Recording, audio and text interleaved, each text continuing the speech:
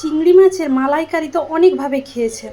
আজকে আমি যেভাবে বানাচ্ছি একবার বানাবেন, ভীষণ টেস্টি হয় আর ভীষণ স্বাদ হয়, সুস্বাদুও হয়। এবার চলুন রান্না কথা বলে আজকে কিভাবে চিংড়ি মাছের মালাইকারিটা করতেছি আপনারা দেখতে। আগে থেকে কিন্তু আমি চিংড়ি মাছটা পটলটা একটু ডিজাইন করে কেটে ভেজে নিয়েছি, সব আলুটা লবণ হলুদ দিয়ে সব ভেজে রেখেছি। এবার কড়াতে সরষের তেল নিয়ে নিলাম।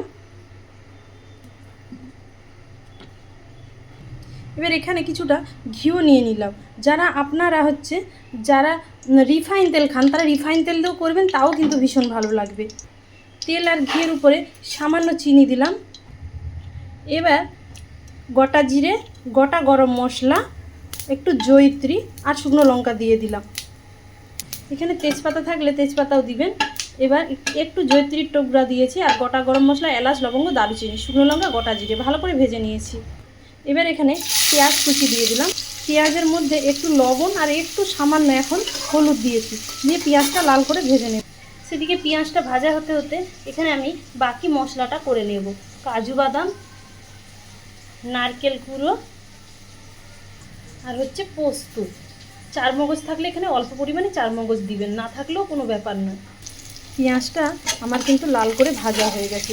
পেঁয়াজটা লাল করে ভেজে নেবেন, আর এখানে কিন্তু পেঁয়াজের পরিমাণটা একটু যেন বেশি যাবে।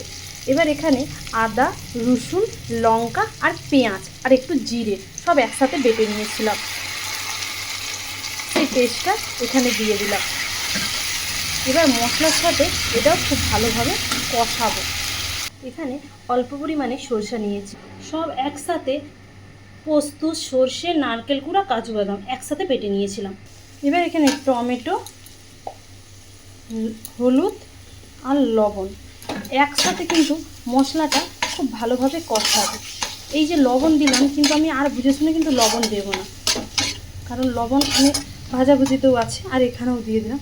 এইটা যখন ভালো করে কষানোর পর সেই নারকেল কুড়া, পোস্ত, কাজু বাদাম আর সর্ষে একসাথে যে বেটে নিয়েছিলাম সেটা দিয়ে দিলাম। সর্ষের পরিমাণ এখানে কিন্তু ভীষণ কম দেবে, দিয়ে ভালো করে একটু কষিয়ে নিচ্ছি। এবার এখানে সামান্য একটু সেই মশলা ধুয়ে রাখা শিলে জল সামান্য দিলাম, দিয়ে একসাথে এগুলো আমি কিন্তু ভালো করে কষাবো।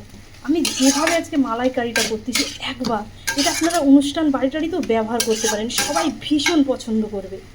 দেখুন ভালো করে কিন্তু মশলাটা কষা হয়ে গেছে। এবার আলু, পটল আর চিংড়ি মাছটা আমি দিয়ে দিলাম।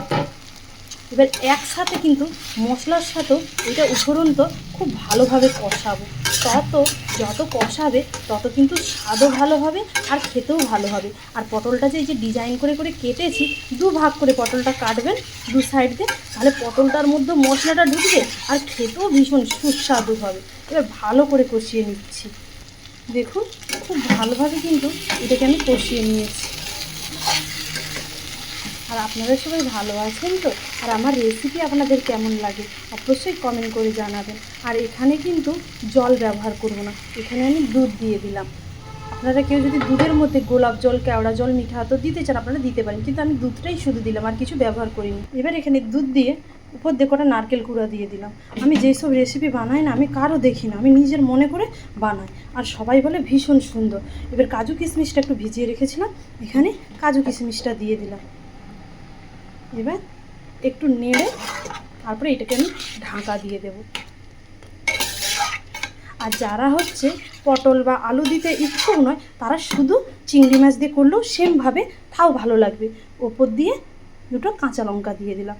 এবার এটা ঢাকা দিয়ে দেব। ঢাকা দিয়ে দিলাম। আর এই চিংড়ি মাছের মালাইকারি পটল আলু দিয়ে এটা কিন্তু গা মাখা থাকবে, এতে ঝোল কোনো মতোই হবে না, একটু কষা কষা ভাব।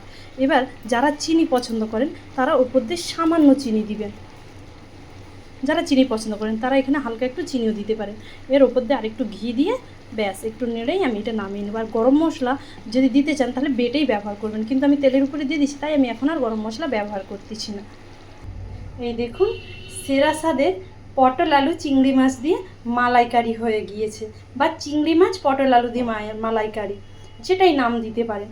আর দেখুন কতটা লোভনীয় হয়েছে। আপনার এই যে পটলের ভেতরে যে পটলটা একটু কেটে কেটে দিয়েছি, তাহলে মশলাটাও খুব ভালোভাবে ঢুকবে আর খেতেও হবে ভীষণ সুস্বাদু। যে কোনো অনুষ্ঠান বাড়িতে আপনারা এই রেসিপিটা রাখতে পারেন। আর যাকেই দিবেন তারা কিন্তু ভীষণ পছন্দ করবে। আবার অনেকে পটল, এটা শুধু পটল দিয়ে এইভাবে রান্না করলে তাও ভালো লাগবে। আর আমার রেসিপি আপনাদের কেমন লাগে অবশ্যই কমেন্ট করে জানাবেন। আর সত্যি বলতে আপনাদের ভালোবাসা না হলে তো আমরা কোনো মতেই এগিয়ে যেতে পারবো না। তাই আপনারা এইরকমভাবে আমাকে ভালোবাসা দিয়ে যাবে। আর বেশি বেশি করে পারলে আপনারা শেয়ার করবেন, লাইক কমেন্ট করবেন, কারণ আপনারা যত করবেন ততই তো আমরা এগোতে পারবো, না হলে আমরা কোনো মতেই এগিয়ে যেতে পারবো না। আর আমার যদি রেসিপি আপনাদের ভালো লেগে থাকে, নিত্য নতুন রেসিপি আপনারা সবাই আমার সাথে থাকতে পারেন। ভালোবাসা দেবেন। নমস্কার।